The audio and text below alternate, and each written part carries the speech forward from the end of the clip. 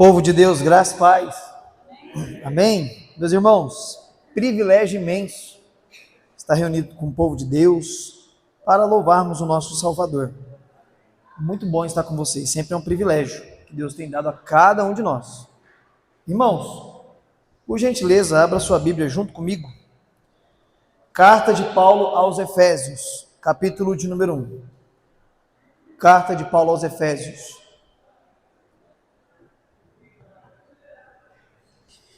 Capítulo de número 1, verso de número 3. Iremos ler até o verso 14.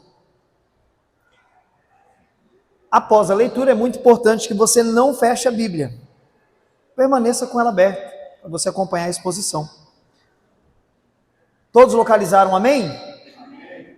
Coisa boa. Escrito está assim: Bendito seja o Deus, Pai do nosso Senhor Jesus Cristo, que nos abençoou com todas as bênçãos nas regiões celestiais em Cristo. Antes da fundação do mundo, Deus nos escolheu nele, para sermos santos e irrepreensíveis diante dele em amor. Nos predestinou para ele, para sermos adotados como seus filhos, por intermédio de Jesus Cristo, segundo o propósito da sua vontade, para louvor da glória da sua graça, que ele nos concedeu gratuitamente no amado. Nele temos a redenção, pelo seu sangue, a remissão dos pecados, segundo a riqueza da sua graça, que Deus derramou abundantemente sobre nós, em toda sabedoria e entendimento. Ele nos revelou o mistério da sua vontade, segundo o seu propósito, que ele apresentou em Cristo Jesus, de fazer convergir nele a dispensação da plenitude dos tempos, todas as coisas, tanto no céu como na terra. Em Cristo fomos também feitos herança, predestinados, segundo o propósito daquele que fez todas as coisas conforme o conselho da sua boa vontade, a fim de sermos para o louvor da sua glória, nós, os que de antemão esperamos em Cristo. Nele também vocês, depois de ouvirem a palavra da verdade, o evangelho da salvação, tendo nele também crido, receberam o selo do Espírito Santo da promessa. O Espírito que é o penhor da nossa herança, até o resgate da sua propriedade, em louvor da sua glória. Amém?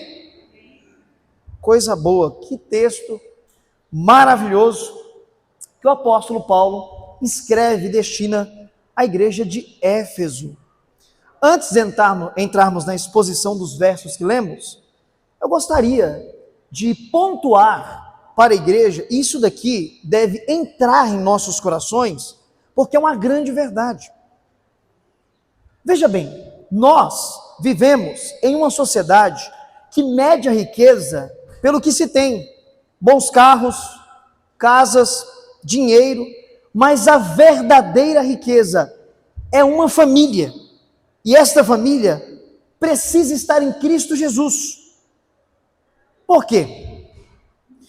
Mais do que se receber da parte de Deus as bênçãos espirituais, o apóstolo Paulo deixa claro que a igreja é uma família incrivelmente rica, não de bens materiais, mas das bênçãos espirituais. Essa é a nossa maior riqueza. As bênçãos espirituais que Deus derramou sobre a sua igreja através de Cristo Jesus. Os bens materiais que possuímos, não levaremos daqui. Nós somos meros administradores. Ou após a nossa partida você vai levar alguma coisa? Você vai levar sua casa, o seu carro, o dinheiro que está na sua conta bancária? Não. Com isso, não prego contra bens materiais. É necessário para a nossa vida aqui. Mas isso não é o foco principal.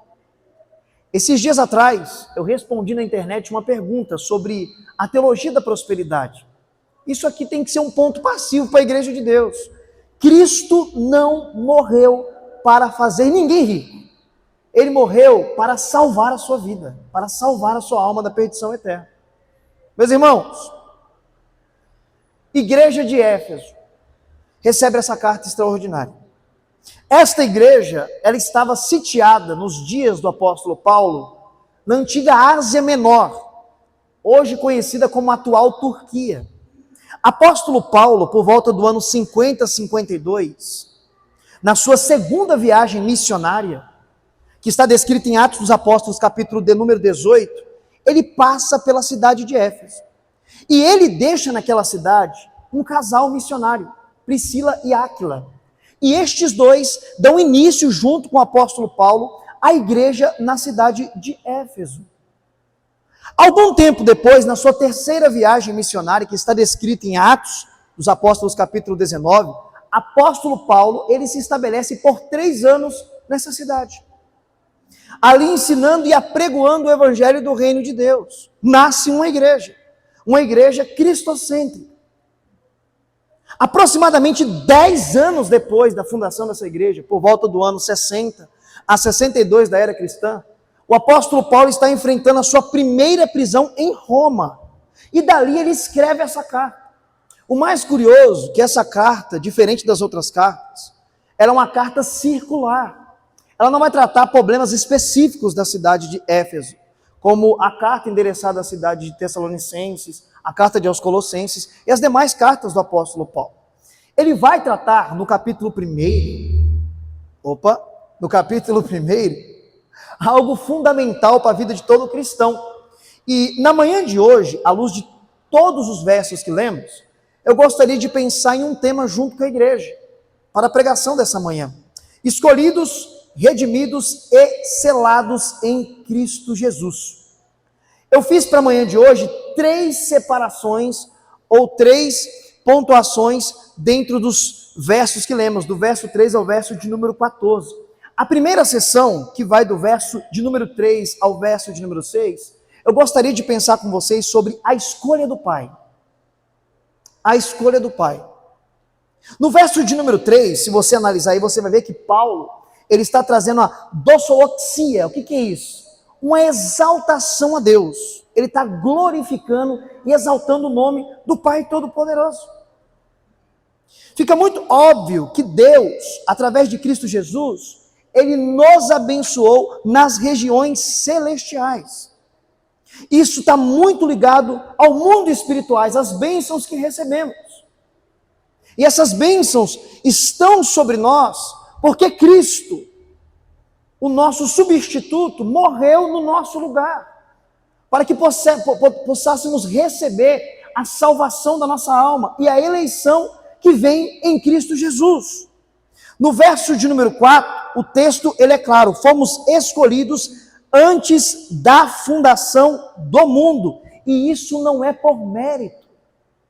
É muito curioso que em alguns lugares, após a pregação do evangelho, é feito um apelo. E quando esse apelo é respondido de forma positiva por aqueles que estão expostos à pregação do evangelho, alguns pregadores usam essa expressão: Senhor, escreve o nome dele no livro da vida. Isso é uma incoerência gigantesca, gritante. O nome de todos os salvos já está no livro da vida, antes da fundação do mundo. O apóstolo deixa isso muito claro nesse verso. Assim como João, no livro do Apocalipse, capítulo 17, verso 8, vai no mesmo caminho, deixando claro que o nome de todos aqueles que seguirão a besta não estão no livro da vida, que foi escrito antes da fundação do mundo. A nossa salvação, a nossa eleição, ela não foi feita após a criação do mundo, ou por uma mera escolha sua. Paulo deixa muito claro que Deus te escolheu primeiro. Não está escrito no Evangelho que Ele nos amou primeiro? Na carta de Romanos, capítulo de número 9, no verso de número 13, Paulo diz o seguinte: antes dos gêmeos terem nascido, Jacó e Esaú, Deus amou a Jacó e aborreceu Esaú. E o texto deixa muito claro que isso acontece mesmo eles não terem não terem tido nascido e nem praticado o bem e o mal, para que prevalecesse a eleição não por aquele que corre ou que quer, mas por aquele que chama. Então Deus não te escolheu porque você é bonitinho, porque você é perfeitinho, porque você faz boas obras, nada disso. Porque na verdade, segundo o profeta Isaías, nossas obras de justiça é como trapo de imundícia perante Deus. Você sabe o que significa trapo de imundícia na linguagem de Isaías? Pano sujo de menstruação de mulher. As nossas melhores obras, que não são assistidas pela graça de Deus e pelo Espírito Santo, é isso perante Deus. Porque o desejo humano, a evolução humana, é pecaminosa, é caída. Não tem como o homem praticar uma obra de justiça que seja aceita perante Deus, se ele não tiver o Espírito Santo atuante através da vida dele. Isso aqui é motivo para glorificar o nome do Senhor. Ele nos escolheu antes da fundação do mundo. E nos escolheu, nos chamou, nos elegeu para fazer as boas obras. De tal forma que a evidência da salvação na vida de um cristão é as boas obras. Você não as faz para ser salvo, você as faz porque você é salvo. A salvação não é mérito humano, a salvação não depende da vontade do homem, a salvação é totalmente exclusiva e mérito de Deus.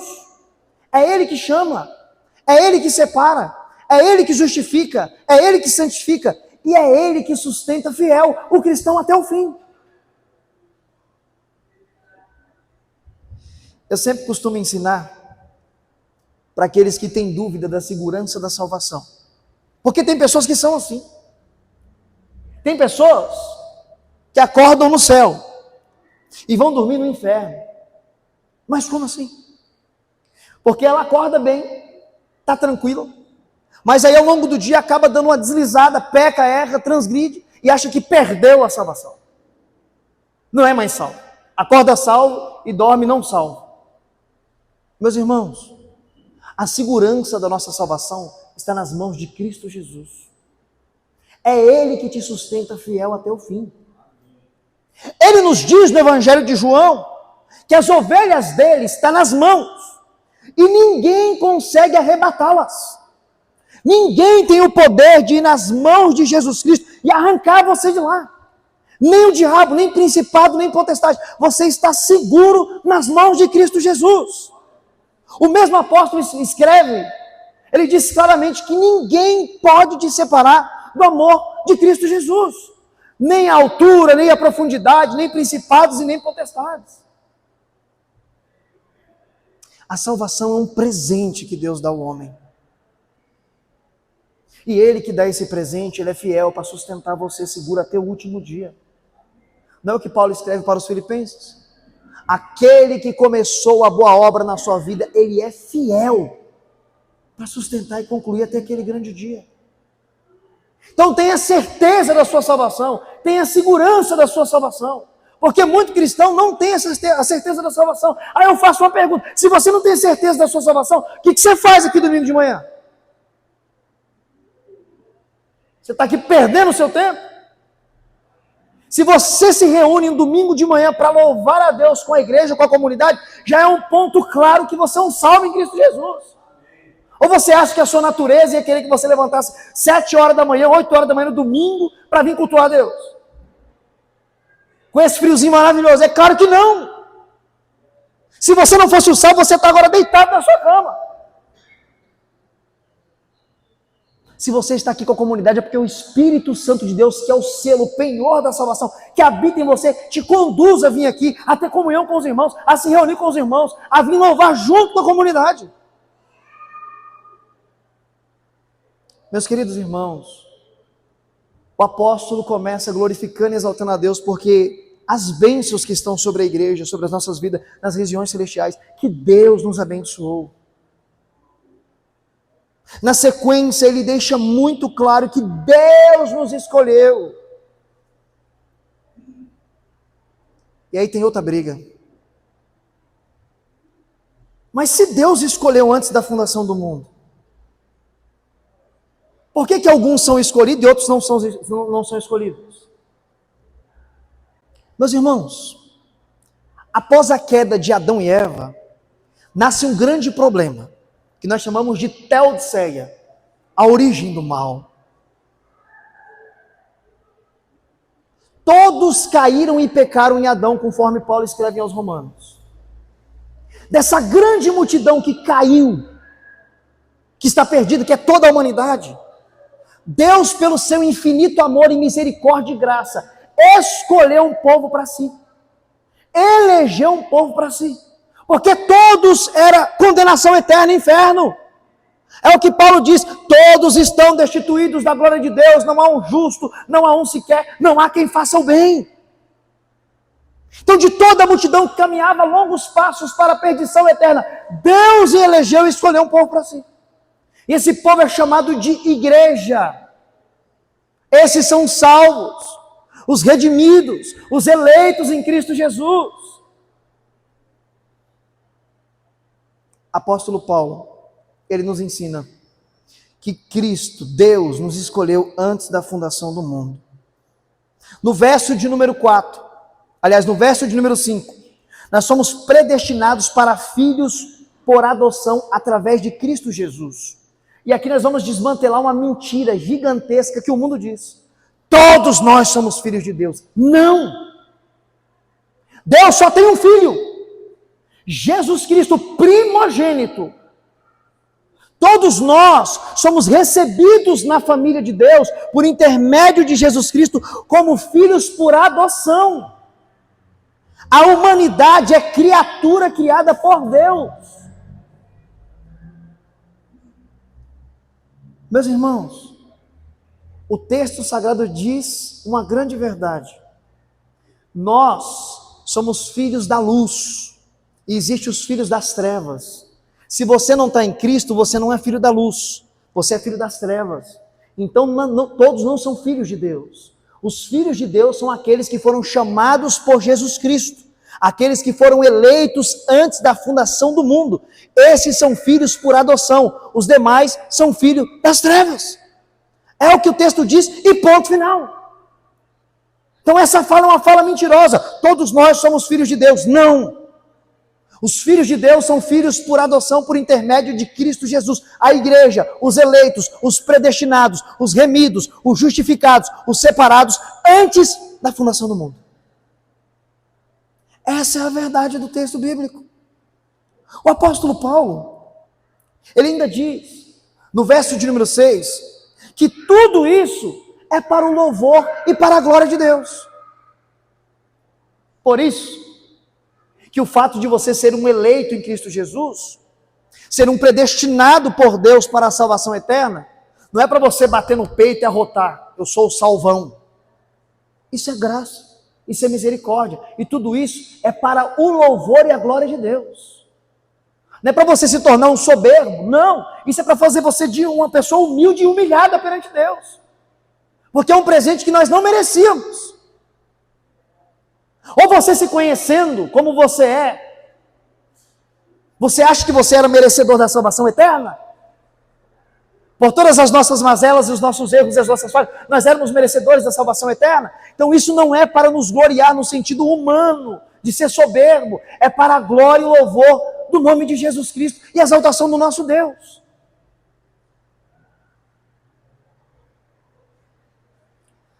Tudo é para o louvor e convergir para a exaltação do nosso Deus.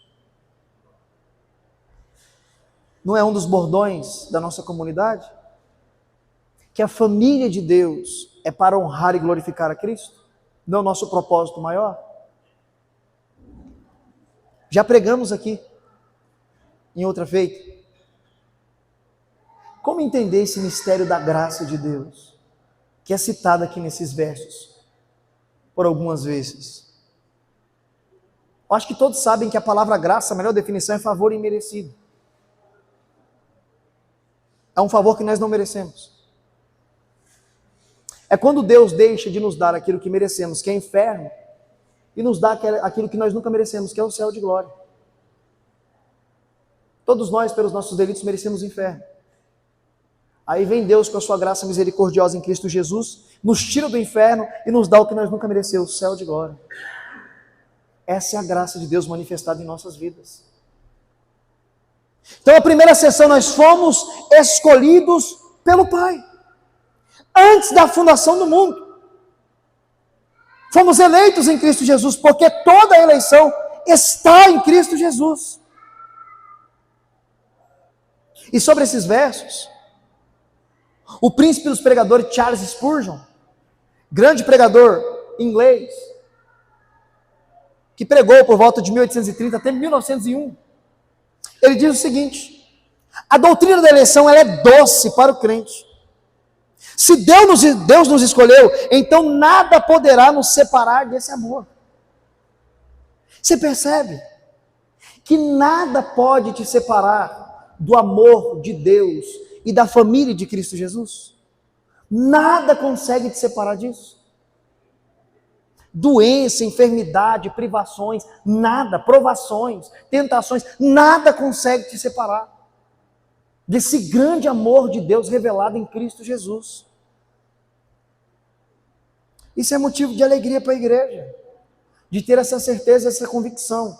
Por mais que às vezes tudo vai de mal a pior, quando você tem um entendimento claro, que Deus te amou primeiro, que Deus te chamou, que Deus te elegeu, te justificou, te perdoou, te santificou, para viver uma eternidade de bem-aventurança com a igreja na presença do Senhor.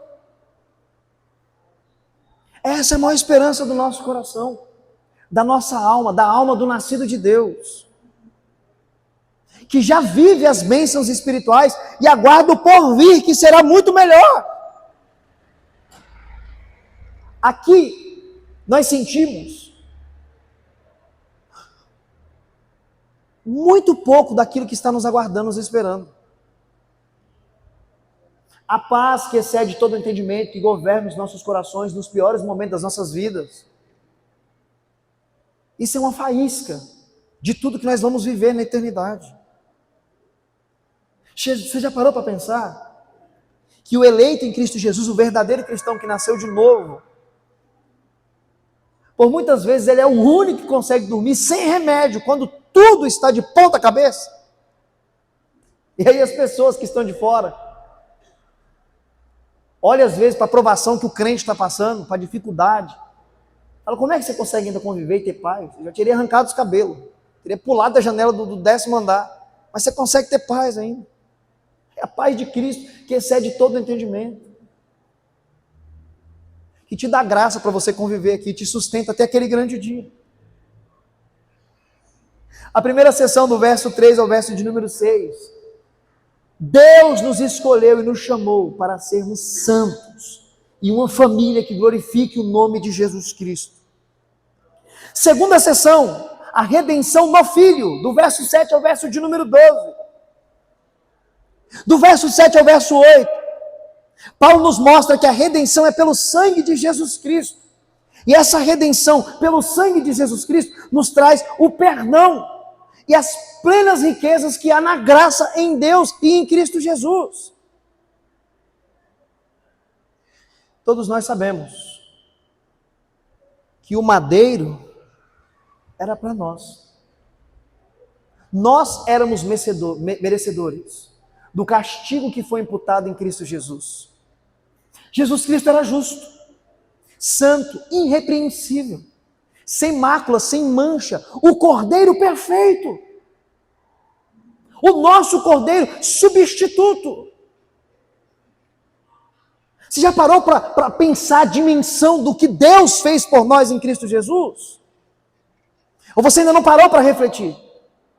Você que é papai e mamãe que está aqui hoje, você daria o seu filho para morrer pendurado no madeiro, para salvar um adúltero, para salvar um pedófilo, para salvar um homicida, um assassino? Você daria o seu filho? Você daria o seu filho para morrer por Hitler, se ele se tivesse arrependido e fosse um eleito, um salvo em Cristo Jesus? Você daria? Mas Deus deu. Deus entregou o seu único filho para morrer por todos esses homens que cometeram atrocidades, mas se arrependeram e foram chamados por Cristo Jesus e foram regenerados e são salvos em Cristo Jesus. É o poder que há no sangue de Jesus Cristo de redimir o pecado de todo homem que se arrepende e é chamado por Deus. Eu falando como eu, Wesley, eu não daria o João para morrer por esses pecadores, eu não daria. O meu filho para morrer por toda essa tralha pecadora, miserável, eu não daria. Você já parou para pensar sobre isso? Deus entregou Jesus Cristo, que é a remissão dos nossos pecados, pelo sangue que desceu no Calvário. Jesus Cristo, Ele foi o nosso representante.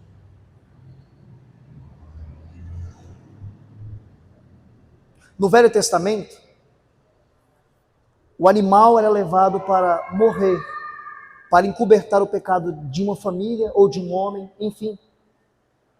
Aquele animal não tinha culpa nenhuma. Quem pecou foi o homem, foi a família. O animal sem mancha, sem mácula, era sacrificado no lugar de toda aquela família daquele homem. Lembra do texto de Isaías? Como ovelha muda foi levada ao matadouro, e na presença dos seus tosqueadores não abriu a boca para reclamar. Ele não reclamou. Ele padeceu no meu e no seu lugar. Ele tomou o cálice amargo que foi lhe imposto. E é curioso que naquela quinta-feira que antecedia a sexta-feira de Páscoa, ou da semana de Páscoa, quando Jesus Cristo ora, e a carga, o fardo é tão pesado, tão esmagador, que o evangelista escreve que ele suava grandes gotas de sangue, pelo estresse que ele passava, e ele faz aquela oração: se possível for, afasta de mim esse cálice. Muitos teólogos olham para essa expressão de Jesus Cristo e tentam entender o que ele quis dizer com essas palavras. Será que ele tinha medo da morte? O que era afasta de mim esse cálice? Se possível for. Alguns entendem que, na verdade, o cálice que Jesus Cristo pediu para se afastar dele era todo o pecado da humanidade que viria sobre ele, e ele que era puro, santo, e nunca tinha experimentado o pecado, se sentiria imundo. Outros pensam que seria o afastamento de Jesus Cristo, de Deus, dele naquele momento, para que ele sofresse como homem, e pagasse o preço como homem, para que fosse aceito como representante dos homens. Alguns vão por esse caminho, porque no madeiro ele diz: Deus meu, por que me abandonaste? Ele nunca tinha se apartado do Pai desde a eternidade.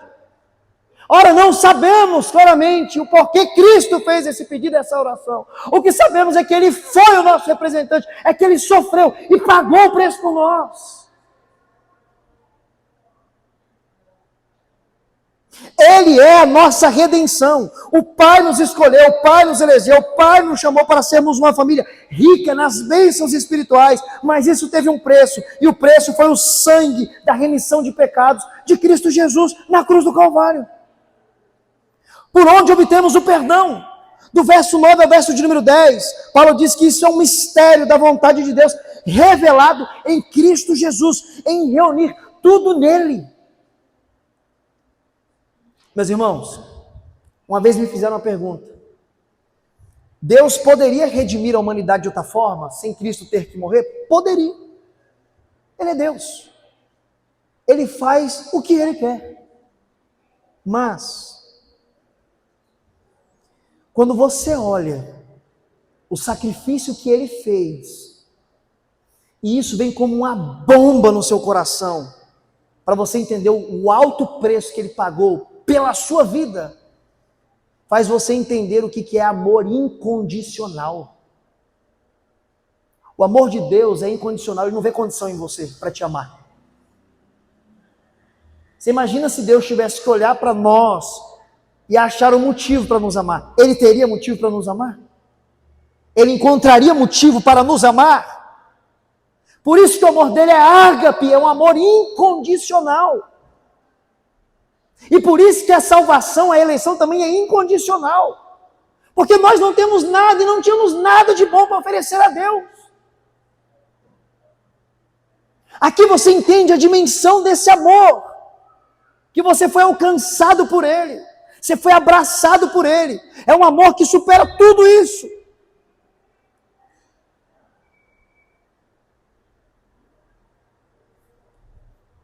Alguns gostam de comparar o amor de uma mãe para com um filho, como o amor de Deus. Para mim é superior, não desprezando as mães, pelo amor de Deus. Para mim é muito superior. É um amor que perdoa sem jogar na sua cara. Esse é o amor de Deus. Porque às vezes quando nós transgredimos contra o próximo, contra um irmão, às vezes o perdão sai só da boca para fora. Às vezes é um perdão que a pessoa desfere para você e diz que te perdoou, mas é como um buraco na parede que precisa ser tampado. Só que é passado uma fina camada de massa e quando você bate está oco, o buraco está lá, sempre se lembra. O perdão de Deus não é assim. O perdão que vem pelo amor incondicional, ele joga no mar do esquecimento e não se lembra mais, ele não joga na sua cara. Por isso, quando há arrependimento, e só o eleito em Cristo Jesus é conduzido pelo Espírito Santo ao arrependimento pleno e verdadeiro, ao perdão total. E nenhuma condenação há para quem está em Cristo Jesus. Olha que privilégio. Olha que coisa linda, que coisa bela e majestosa e maravilhosa. Muito cristão de forma equivocada acha que vai participar do trono branco. O trono branco é um juízo de condenação. A igreja vai se apresentar ao bema, tribunal de Cristo, para receber o galardão, como Paulo diz em 1 e 2 Coríntios. Ali vai ter detritos, mas o texto é claro que o tal será salvo. Porque nenhuma condenação há para quem está em Cristo Jesus. É um tribunal de recompensas, que nós receberemos por aquilo que fazemos no reino aqui na terra. Meus irmãos, esse grande mistério da salvação, que Deus revelou em Cristo Jesus, reunir tudo nele. Bendito seja o nome do Senhor Jesus. No verso 11 e verso 12, nós também fomos feitos herança e herdeiros, segundo o propósito eterno de Deus. Ou seja, todas essas bênçãos nós recebemos porque Cristo morreu em nosso lugar, e através da morte de Jesus nós somos adotados na família de Deus, como filhos por adoção, e herdaremos todas essas bênçãos espirituais e as bênçãos eternas que estão nos aguardando. A Nova Jerusalém, que é a santa cidade, preparada desde a fundação do mundo, para quem? Para os eleitos, para você, para mim e para você. A cidade gloriosa nos aguarda.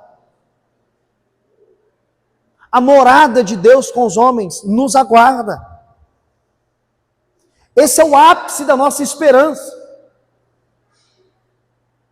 Receber a glorificação desse corpo e habitarmos eternamente com o nosso Redentor, com o nosso Salvador.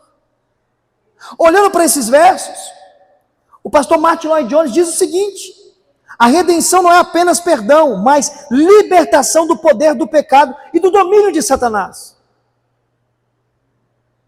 Tu já pensou que você, entre bilhões de seres humanos, você foi liberto do poder do pecado? O pecado não tem poder sobre a sua vida? Mas eu ainda erro, eu ainda peco, sim, concordo. Mas você é diferente do ímpio, totalmente diferente. O pecado na vida do cristão não tem hora marcada no celular ou na agenda. Não tem dia específico. O pecado na vida do cristão ainda, infelizmente, acontece. Mas ele é como cair de bicicleta. Você escolhe e se prepara para sair e cair de bicicleta? Não. É um acidente, acontece. O pecado ainda na vida do cristão ele é acidental. Ele não é premeditado. Porém, quando o cristão, o eleito, o salvo, o redimido, erra e peca e cai, Ele é conduzido pelo Espírito Santo ao arrependimento. Ele se arrepende. Ele foge dessa aparência do mal, diferente do ímpio, que peca de forma desenfreada, não tem consciência do seu pecado e ainda conta vantagens do seu pecado. Veja a diferença do ímpio e do redimido, do eleito em Cristo Jesus, que é liberto do poder do pecado. Você já parou para pensar que depois que Cristo estourou a porta do seu coração, te mostrou a miséria que você é e te salvou, te mostrou que você precisa de Cristo? Você já parou para pensar que você não peca mais em paz? Eu esqueci quem foi o teólogo, mas a frase dele é assim, a frase eu lembro: depois que eu conheci Jesus, nunca mais eu pequei em paz. Você consegue pecar em paz? Você não consegue. É uma perturbação. Por mais que ninguém viu o que você fez, parece que todo mundo sabe. Parece que todo mundo sabe. E só pela carinha de vocês eu sei que é assim. Diferente do ímpio que sai, apronta tudo na madrugada, na noitada, no dia de manhã está contando vantagem e quer ir de novo. Porque ele não está liberto do poder do pecado e nem dos domínios de Satanás, mas você foi liberto do poder do pecado, da escravidão do pecado e do domínio de Satanás. Bendito seja o nome do Senhor. Olha que privilégio, olha que coisa boa. Você consegue dizer não para o pecado. O ímpio não tem esse poder, o ímpio não tem essa capacidade, mas Deus em Cristo Jesus e através do Espírito Santo que habita em você, te dá essa capacidade. Oh, coisa boa. Entre 9 e 8 bilhões, você é um desses que consegue falar não. Você não é mais escravo do pecado. Bendito seja o nome do Senhor, que coisa maravilhosa, que privilégio, que bênção espiritual que nós recebemos em Cristo Jesus. Última sessão, que vai do verso 3 ao verso de número 14. Nós somos chamados pelo Pai na primeira sessão, na segunda sessão nós somos redimidos pelo Filho, e na terceira sessão nós somos selados pelo Espírito Santo da promessa. Louvado seja o nome do Senhor. O selo do Espírito Santo, verso 13, é dado após ouvir e crer no Evangelho. Oh, meus irmãos, é por isso que eu creio no chamado eficaz. O que é o chamado eficaz? Quando a pregação do Evangelho é exposta, a palavra de Deus não vai voltar vazia, ela vai fazer a sua função, que é trazer e despertar e chamar o eleito em Cristo Jesus. Isso é muito claro para mim no texto sagrado. Atos 13, 48, Paulo pregava o Evangelho e creram todos aqueles que estavam destinados à vida eterna. Isso para mim está muito claro em Atos 16, que Paulo pregava na beira de um rio num sábado, e o Espírito Santo quebrou as portas do coração de Lídia para que ela cresce. Por isso pregamos. Por isso pregamos, porque o método operante que Deus estabeleceu para alcançar os seus foi mediante a pregação e a loucura da pregação do Evangelho. O texto diz que a fé salvífica vem pelo ouvir e ouvir a palavra de Deus. E quando o Espírito Santo, ele quer trazer aquele que é dele, ele quer serar aquele que é dele. Não existe homem fortão, parrudo, não existe homem violento. Ou vocês esqueceram do relato de Atos dos Apóstolos, capítulo de número 9? Saulo, um grande perseguidor da igreja de Cristo, segundo os próprios relatos dele mesmo, fariseu dos fariseus, um grande estudioso. Alguns dizem que por volta de 3 a 5 anos de idade, ele foi enviado para Jerusalém, para aprender aos pés de Gamaliel, um grande sábio. Talvez ele viveu no mesmo contexto de Jesus, mas não tenha tido um encontro com Jesus, mas conhecia e ouviu falar quem era Jesus. E aproximadamente 1 ano e meio a 2 anos depois da morte e da ressurreição de Cristo, ele se levanta como um dos maiores perseguidores da igreja de Jesus Cristo. E em Jerusalém pegar a carta do sacerdote para perseguir a igreja de Cristo. Violando o lar doméstico, metia o pé na porta, não respeitava ninguém, dava o seu voto de morte para muitos cristãos, faziam eles blasfemar o nome de Jesus Cristo. Mas no caminho de Damasco, ele tem um encontro com Jesus Cristo. E Jesus Cristo diz o seguinte: Saulo, Saulo, por que me persegues? Olha a expressão, dura coisa é recalcitrar contra os arguilhões. Tu sabe o que é arguilhão, crente? Era uma ferramenta como uma lança pontuda que era usada para amansar touro bravo. É como se Cristo falasse: você é um touro bravo. Mas esse touro bravo chamado Saulo de Tarso, ou Paulo, o seu nome é grego-romano, agora tem um encontro com o amansador de touro bravo. E ele é jogado no chão subjugado. E a expressão é o seguinte: Ananias, vai orar para ele, porque ele é para mim um vaso escolhido. Será que um homem consegue resistir ao chamado de Deus? Será que ele tem esse poder de quando Deus quer salvar, ele fala: eu não quero! E o Deus Todo-Poderoso, que nem o céu dos céus consegue conter a sua glória, vai ficar algemado perante uma escolha de um homem? Por isso que eu creio que o chamado ele é eficaz. Aqueles que é de Deus, conforme o próprio Cristo diz, virão, as minhas ovelhas ouvem a minha voz e vêm. Que coisa linda, você é ovelha de Jesus Cristo, você ouviu o chamado eficaz e você vem, você está aqui. Que coisa maravilhosa, você faz parte do rebanho do bom mestre. Que coisa melhor que isso? Não tem coisa melhor que isso. Esse negócio de bater na porta do coração, não, ele estoura a porta do coração do homem, porque o coração do homem é podre, é duro. Ou você se conhecendo, você acha que você queria ser salvo?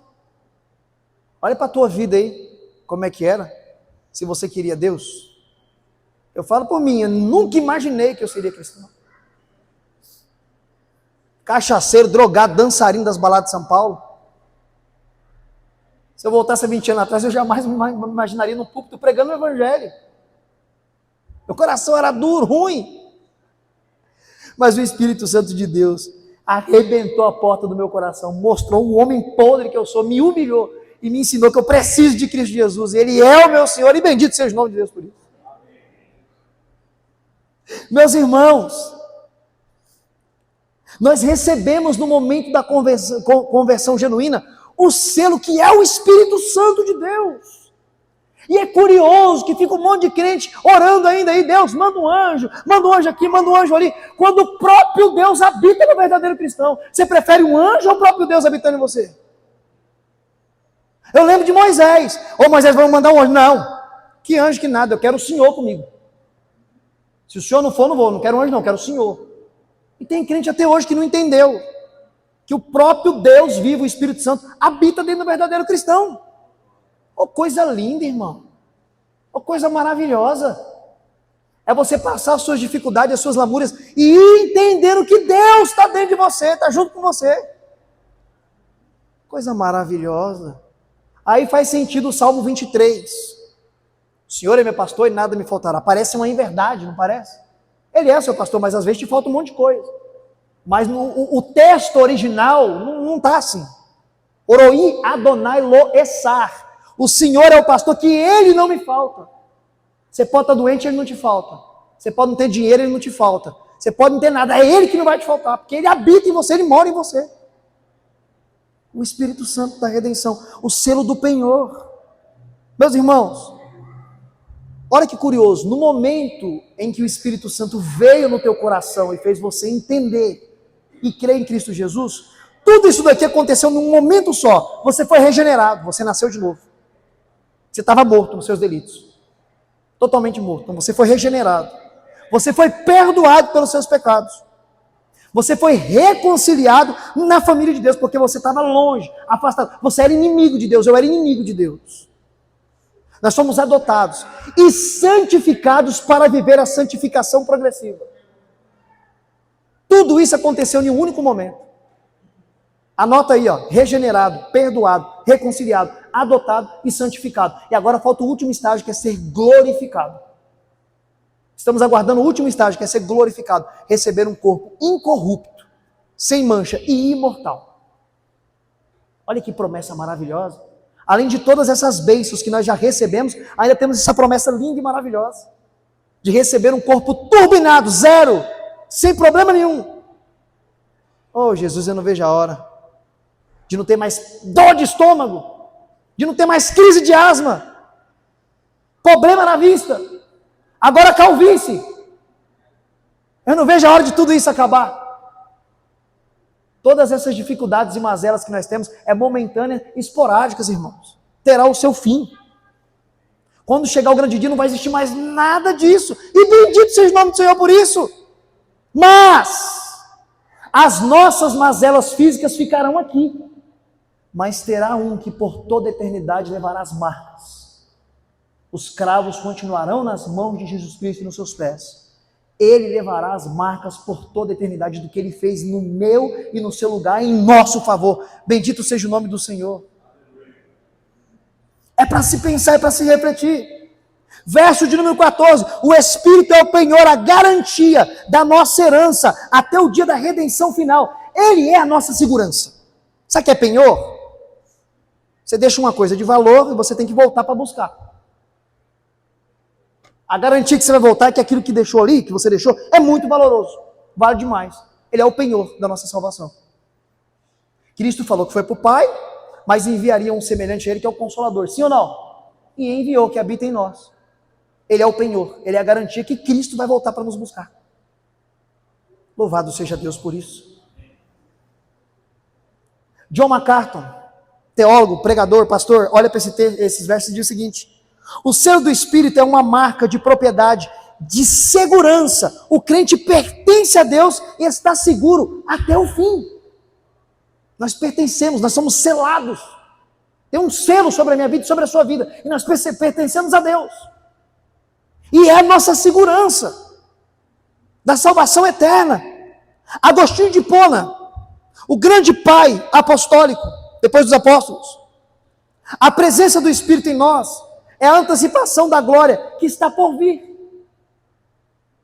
Então você já consegue sentir, porque o Espírito habita em você, coisas que um homem natural não sente. Uma alegria que não tem explicação. Uma paz que excede todo o entendimento. Você já sente uma faísca do que tem por vir. Sim, meus irmãos, eu sei que a nossa vida aqui é repleta de provações. Temos momentos maravilhosos que Deus, pela sua misericórdia, nos concede. Mas sofremos muito nessa terra, principalmente por sermos filhos da luz. Mas isso tudo terá o seu fim. E chegará o momento da bem-aventurança, que estaremos com o nosso Redentor para a glória do nome de Jesus Cristo. O Espírito Santo nos dá a segurança eterna. Ele também nos chama a viver a santidade e a esperança viva. Fomos regenerados, justificados, perdoados, santificados, adotados na família de Deus, para vivermos como uma família que usufrui das bênçãos espirituais e anuncia esse evangelho. Eu amei a oração hoje aqui, de orar pelos novos vizinhos que teremos, para que eles também sejam alcançados e venham congregar e cultuar a Deus conosco, que possamos continuar orando por eles e que possamos alcançá-los debaixo da vontade do Todo-Poderoso, que Ele possa trazer aqueles que são seus, para a glória do nome de Cristo Jesus. Meus irmãos, nós somos chamados pelo Pai, redimidos pelo Filho e selados pelo Espírito Santo. Isso é coisa linda, isso é privilégio. Bendito seja o nome de Deus e nosso Salvador Jesus Cristo por todas essas bênçãos que Ele tem nos dado. E hoje Ele nos ensinou que Ele vai nos permanecer nele firme até o fim. Então, pelo amor de Deus, nunca mais acorde no céu e vai dormir no inferno. Não tem certeza da sua salvação, porque a sua salvação não está na palma das suas mãos, está nas mãos de Cristo Jesus. É lá que você está seguro, é lá que você está guardado. E ninguém pode te arrebatar das mãos de Jesus Cristo. Amém? Se coloque de pé que eu quero orar pela sua vida. Salve eleito em Cristo Jesus. Eu quero orar pela sua vida. Senhor nosso Deus, Pai, graças te damos porque Tu és tão maravilhoso e tão bom, Deus. Mais uma vez o Senhor falou no nosso coração que o Senhor nos escolheu, Senhor. O Senhor nos amou primeiro, quando nós éramos inimigos do Senhor, pecadores, homens que transgrediam a Tua palavra, Deus, e éramos, Senhor Deus, contrário à Tua vontade. Mas o Senhor nos amou com amor incondicional. O Senhor não viu condição em nós para nos amar, Senhor. Oh, Senhor, como nós somos gratos e devedores a Ti, Pai. Nós Te louvamos pela vida de Cristo Jesus, o Seu Filho primogênito e unigênito, que o Senhor entregou para salvar todos nós que estamos aqui, para morrer nos nossos lugares. Derramou o sangue puro, Senhor Deus, para salvar e redimir a podridão dos nossos pecados. Pai, Te louvamos porque o Senhor enviou o Espírito Santo, que é o selo, o penhor da nossa salvação, da nossa redenção, que habita em nós, ó Deus. Pai, não temos palavras para expressar a gratidão que temos por tudo que o Senhor tem feito e fez por nós. O Senhor tem nos abençoado nas regiões celestiais, no mundo espiritual e também no mundo físico, Deus. Pai, nos ensine a ser mais gratos. Nos ensine a ser mais gratos a Ti, Senhor Deus. Porque muitas vezes nós somos ingratos. Olhamos para tudo isso e não temos gratidão. Não Te glorificamos, não Te louvamos por tudo isso que o Senhor tem feito por nós e que o Senhor fez por nós.